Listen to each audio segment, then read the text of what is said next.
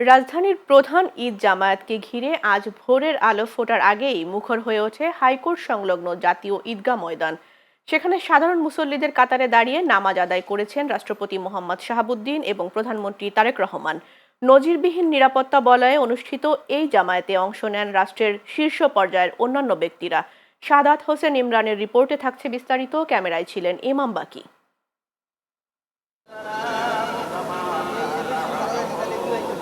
ভোরের স্নিগ্ধ আলো ফুটতেই রাজধানীর রাজপথ মুখর হয়ে ওঠে সাদা পায়জামা, পাঞ্জাবি আর টুপি পরা হাজারো মানুষের পদচারণায়। হাইকোর্ট সংলগ্ন জাতীয় ঈদগাহ ময়দানে তখন পরিণত হয় মিলন মেলায়। কড়া নিরাপত্তায় বল ডিঙিয়ে ধর্মপ্রাণ মানুষের গন্তব্য তখন ঈদের প্রধান জামাত। সকাল 8:30। সাধারণ মুসল্লিদের কাতারে সামিল হন রাষ্ট্রপতি মোহাম্মদ শাহাবুদ্দিন ও প্রধানমন্ত্রী তারেক রহমান। বাইতুল মোকাররমের খতিব মুফতি মোহাম্মদ আব্দুল মালেকের ইমামতিতে শুরু হয় ঈদের জামাত। কাঁধে কাঁধ মিলিয়ে সিজদায় অবনত হন রাষ্ট্রের শীর্ষ ব্যক্তি থেকে শুরু করে সাধারণ নাগরিক।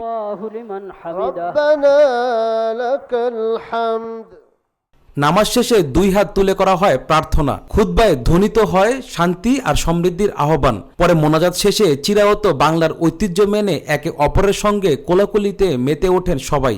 এ সময় রাষ্ট্রপতি ও প্রধানমন্ত্রীও উপস্থিত সবার সঙ্গে কুশল বিনিময় করেন, বিলিয়ে দেন ঈদের শুভেচ্ছা। এত সুন্দর একটা ময়দানে এত নির্ভেজাল জায়গায় আজকে প্রধানমন্ত্রী এবং রাষ্ট্রপতি একসাথে প্রথম নামাজ হয়েছে। এই নামাজে অংশগ্রহণ করতে পেরে আল্লাহর কাছে শুকরিয়া আদায় করছি। কিছু অনুভূতি তো আছে, আসলে ব্যক্ত করার মতো নয়। আমি মনে করি শুধু আমি না, বাংলাদেশের সকল পুরুষদের জন্য আজকে যারা এই জামাতে অংশগ্রহণ করেছে তাদের জন্য একটা বিশেষ দিন। ঈদ মোবারক।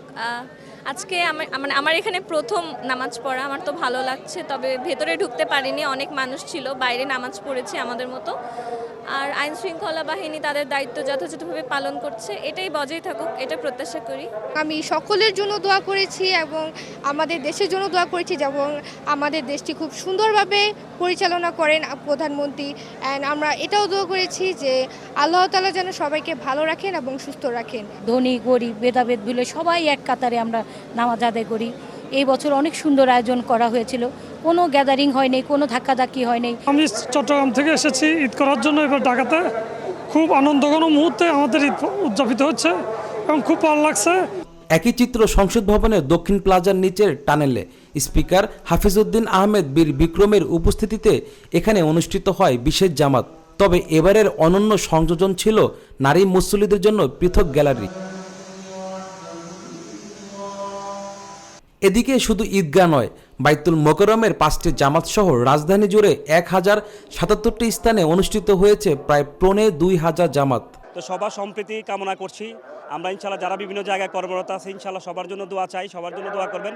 আমরাও চাই ইনশাল্লাহ বিশ্ববাসী ভালো থাকুক, বাংলাদেশ ভালো থাকুক ইনশাল্লাহ। বাইতুল মোকাররম জাতীয় মসজিদ, আলহামদুলিল্লাহ এখানে নামাজ পড়ে অনেক মানুষ, অনেক মুসল্লি নামাজ পড়ে অনেক ভালো লাগলো আলহামদুলিল্লাহ।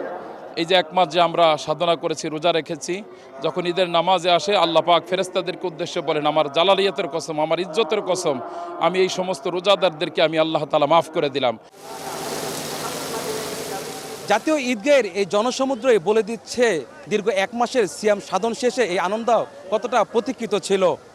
ধনী দরিদ্রের ভেদাভেদ বলে কাঁধে কাঁধ মিলিয়ে একসাথে নামাজ পড়ার এই দৃশ্যই হলো ইসলামের মূল শিক্ষা। আর সাম্য আর ভ্রাতৃত্বের এই বার্তা ছড়িয়ে পড়ুক প্রতিটি হৃদয়ে, এমনই প্রত্যাশা সবার। Sadat Hossain Imran, channel S, Dhaka.